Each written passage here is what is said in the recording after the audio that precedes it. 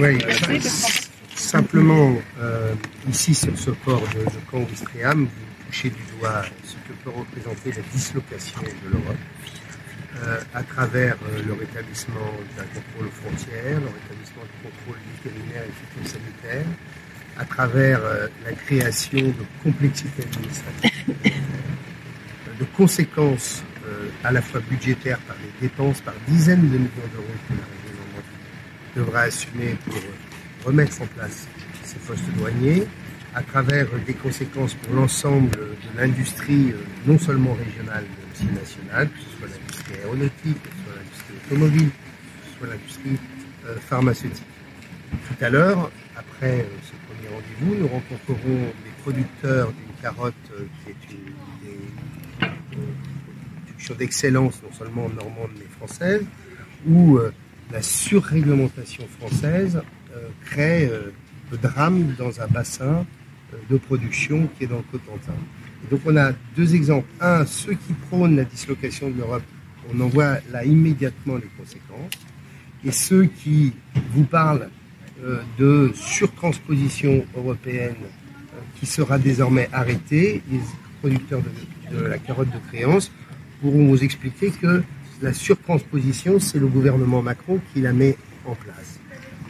Comme tout à l'heure, nous rencontrerons des agriculteurs qui voient fermer une sucrerie parce qu'un groupe allemand a décidé de faire sa restructuration sur le dos des agriculteurs et des sites industriels français sans nous permettre un quelconque espoir et sans que nous soyons relayés par le président de la République dans ces discussions avec Angela Merkel. Et donc on a là trois éclairages de trois sujets qui sont des sujets majeurs. Et puis le second point est plus politique.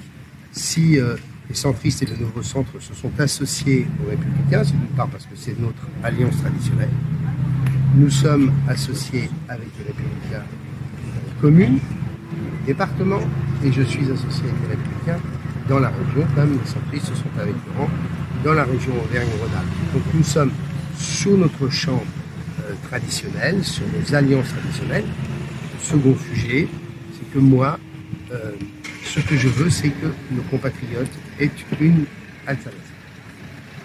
On voit bien le schéma d'Emmanuel Macron, c'est d'enfermer les Français dans un schéma extrêmement simple, moi ou le chaos en quelque sorte.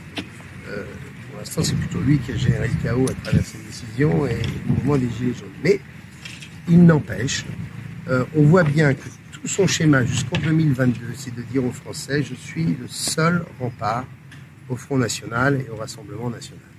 Et moi, ce que je souhaite, c'est que nous puissions bâtir une alternative qui commence par ces européennes avec cette magnifique campagne de François-Xavier Bellamy, qui doivent aller sur chaque élection pour nous permettre de donner cette alternative aux Français qui méritent mieux que le choix entre la République en marche et le Rassemblement national.